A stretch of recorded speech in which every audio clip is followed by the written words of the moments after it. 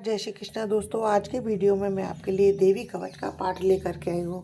देवी कवच का पाठ करने मात्र से जो है कोई भी बीमारी भूत प्रेत व्याधा जो है आपके ऊपर नहीं आती है। दुश्मनों से भी जो है उसकी रक्षा होती है। आइए जानते हैं देवी कवच के बारे में। नवरात्रि में माँ की उपासना करने के लिए दुर्गा सप्तशती के पाठ किए जाते हैं। माँ दुर्गा का पहला स्वरूप शैलपुत्री का है। पर्वतराज हिमालय के यहाँ पुत्री के रूप में उत्पन्न होने के कारण माँ को शैलपुत्री कहा गया। यह वृषभ पर आरूढ़ दाहिने हाथ में त्रिशूल और बाएं हाथ में कमल पुष्प धारण किए हुए हैं। माँ दुर्गा के दुर्गा सप्तशती पाठ करने के पहले एकम के दिन कुछ अन्य पाठ किए जाते हैं। सबसे पहले देवी कवच का पाठ किया जाता है। 18 पुराणों में से एक मार्कंडेय पुराण में देवी कवच दुर्गा कवच के श्लोक दिए गए हैं। यह अद्भुत पाठ दुर्गा सप्तशती का हिस्सा है। देवी कवच को भगवान ब्रह्मा ने ऋषि मार्कंडेय को सुनाया। इसमें 47 श्लोक शामिल हैं। इसके बाद 9 श्लोकों में फलश्रुति लिखित है। फलश्रुति का मतलब है इसको सुनने या पढ़ने का क्या फल प्राप्त होता है। इसमें भगवान ब्रह्मा देवी पार्वती को 9 अलग अलग देवीय रूपों से प्रशंसा करते हैं। भगवान ब्रह्मा प्रत्येक व्यक्ति को देवी कवच पढ़ने और देवी माँ का आशीर्वाद मांगने की अनुशंसा करते हैं। जो भी इस कवच का नित्य पाठ करता है वह माँ दुर्गा का आशीर्वाद प्राप्त करता है। ये जानते हैं देवी कवच का महत्व अपने चारों ओर नकारात्मकता को खत्म करने और माँ दुर्गा का आशीर्वाद प्राप्त करने के लिए कुछ शक्तिशाली मंत्रों का संग्रह देवी कवच के रूप में है। यह सभी बुरी आत्माओं से रक्षा करने में एक कवच के रूप में कार्य करता है।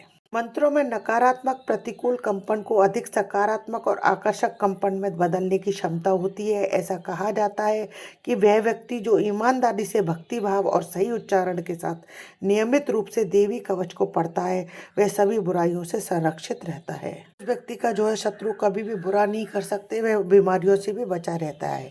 कवच का अर्थ होता है रक्षा करने वाला। इसके पाठ से आपके चारों ओर एक प्रकार का आवरण बन जाता है जो आपकी रक्षा करता है। आइए जानते हैं अब देवी कवच। मार्कंडेय जी ने कहा, हे पितामह, जो साधन संसार में अत्यंत गोपनीय है, जिससे मनुष्य मात्र की रक्षा होती है तथा आपने अब तक जिसे किसी से भी प्रकट नहीं किया है वह साधन मुझे बताइए।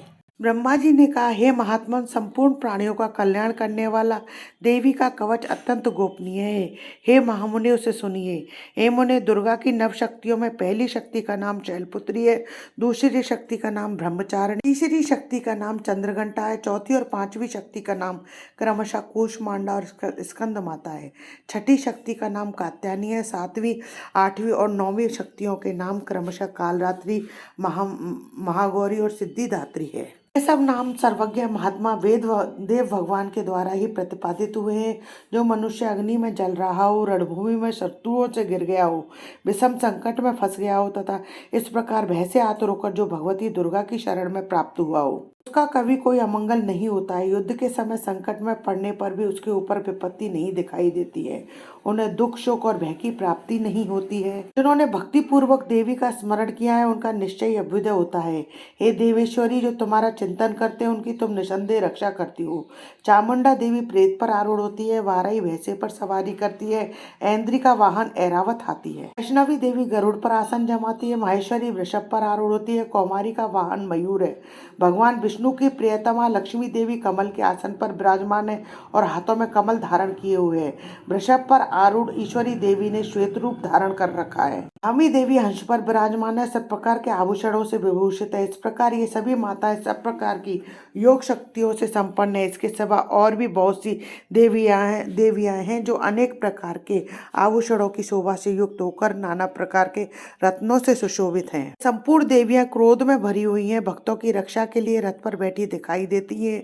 ये शंख, चक्र, गदा, शक्ति, हल, मूसल, खेटक और तोमर, परशु, पास, कुंत और त्रिशूल एवं उत्तम शार्ग, धनुष आदि अस्त्र शस्त्र अपने हाथों में धारण करती हैं। दैत्यों के शरीर का नाश करना, भक्तों को अभयदान देना, देवताओं का कल्याण करना, यही उनके शस्त्र धारण का उद्देश्य है। महान रौद्र रूप, अत्यंत घोर पराक्रम, महान बल और महान उत्साह वाली देवी, तुम महान भय का नाश करने वाली हो। तुम्हें नमस्कार है, तुम्हारी ओर देखना भी कठिन है। शत्रुओं का भय बढ़ाने वाले जगदम्बिके, मेरी रक्षा करो। दिशा में ऐन्द्री मेरी रक्षा करे, अग्निकोण में अग्निशक्ति दक्षिण दिशा में वाराही रेरित कोण में खड्गधारिणी मेरी रक्षा करे। पश्चिम दिशा में वारुणी और वाव्य कोण में मृग पर सवारी करने वाली देवी मेरी रक्षा करे। उत्तर दिशा में कौमारी और ईशान कोण में शूल धारणी देवी रक्षा करे। ब्राह्मणी तुम ऊपर की ओर से मेरी रक्षा करो, वैष्णवी देवी नीचे की ओर से मेरी रक्षा करे। इसी प्रकार सबको अपना बांधने वाली चामुंडा देवी दशों दिशाओं में मेरी रक्षा करे। आगे से विजय, पीछे की ओर से मेरी रक्षा करे। वाम भाग में अजिता, दक्षिण भाग में अपराजिता रक्षा करे। उद्योतनी शिखा की रक्षा करे। उमा मेरे मस्तक पर विराजमान होकर रक्षा करे। ललाट में मालाधरी रक्षा करे। यशस्विनी देवी मेरे बाहों का संरक्षण करे। के मध्य भाग की त्रिनेत्रा नथनों की अमघंटा देवी रक्षा करे। दोनों नेत्रों के मध्य भाग की शंखनी और कानों में द्वारवासिनी रक्षा करे। कालका देवी कपोलों की रक्षा करे। भगवती शंकरी कानों के मूल भाग की रक्षा करे। नासिका में सुगंधा, ऊपट के होठ में चर्चिका देवी रक्षा करे। नीचे के होठ में अमृत कला और जीवा में सरस्वती देवी रक्षा करे। कौमारी दांतों की और चंडिका कंठ प्रदेश की रक्षा करे। चित्रघंटा गले की घाटी की और महामाया तालु में रहकर रक्षा करे। कामाक्षी ठोड़ी की और सर्वमंगला मेरी वाणी की रक्षा करे।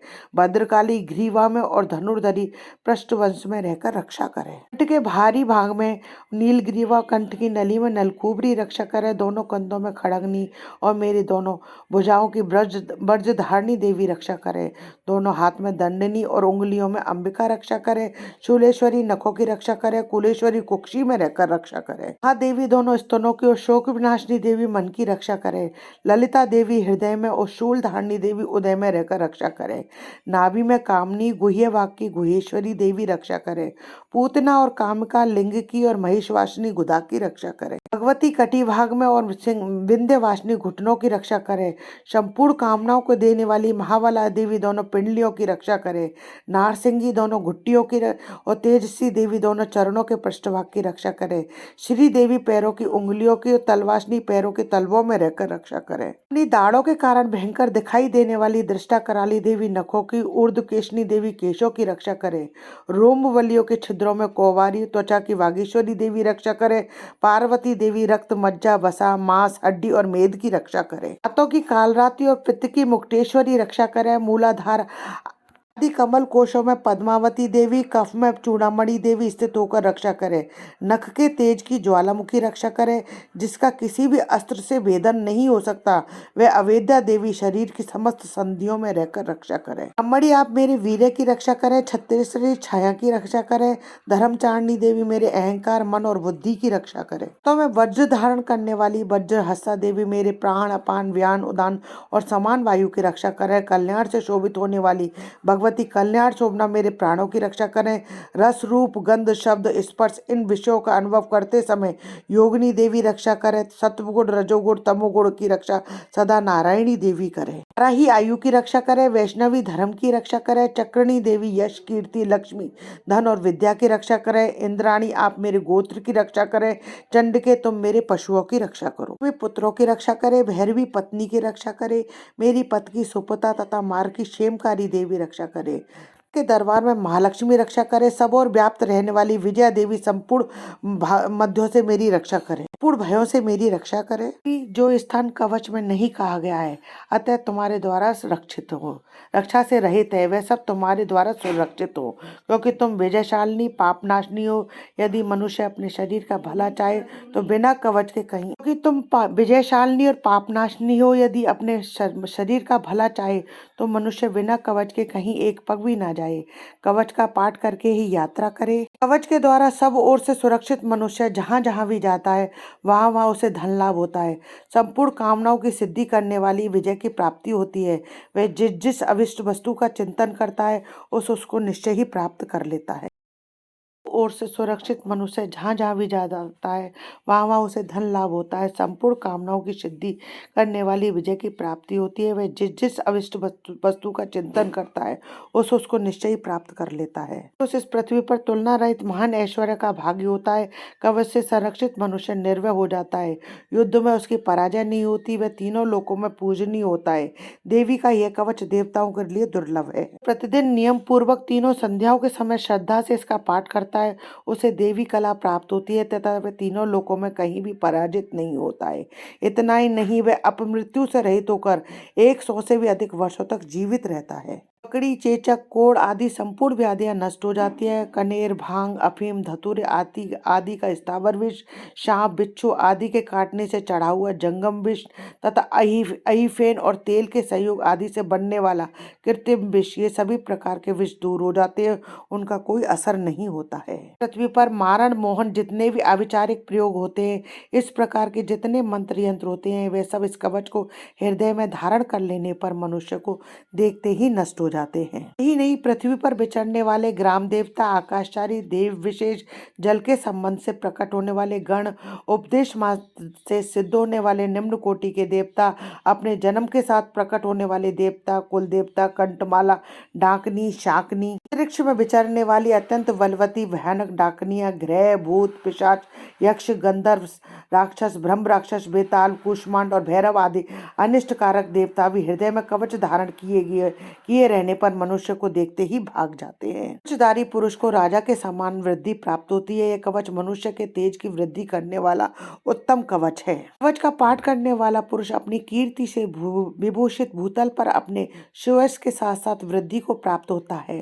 जो पहले कवच का पाठ करके उसके बाद सप्तशती चंडी का पाठ करता है, उसको जब तक वन, पर्वत और काननों सहित यह पृथ्वी टिकी रहती है, तब तक वह यहाँ पुत्र पौत्र आदि संतान परंपरा उसकी बनी रहती है, का वंश चलता रहता है। फिर देह का अंत होने पर वह पुरुष भगवती महामाया के प्रसाद से उस अपने नित्य परम पद को प्राप्त होता है, जो देवताओं के लिए भी दुर्लभ है। यह सुंदर दिव्य कवच धारण करता है, कल्याण में शिव के साथ आनंद का भागी होता है। श्री दुर्गा सप्तशती दुर्गा कवचम संपूर्णम। ओम दुर्गाय नमः। यदि आपको मेरा ये वीडियो अच्छा लगा हो तो इसे ज़्यादा से ज़्यादा लाइक और शेयर कीजिए अपने फैमिली और फ्रेंड में। यदि आपने अभी तक मेरे चैनल को सब्सक्राइब नहीं किया है तो उसे सब्सक्राइब करना ना भूलें। पास ही में बेल आइकन को दबाएं, जिससे मेरे आने वाले हर नए वीडियो का नोटिफिकेशन आपको मिल जाए। हिंदू धर्म, व्रत, रीति रिवाज, कथा, कहानी आदि परंपरा जानने के लिए चैनल को पर बने रहिए। जय श्री कृष्णा दोस्तों।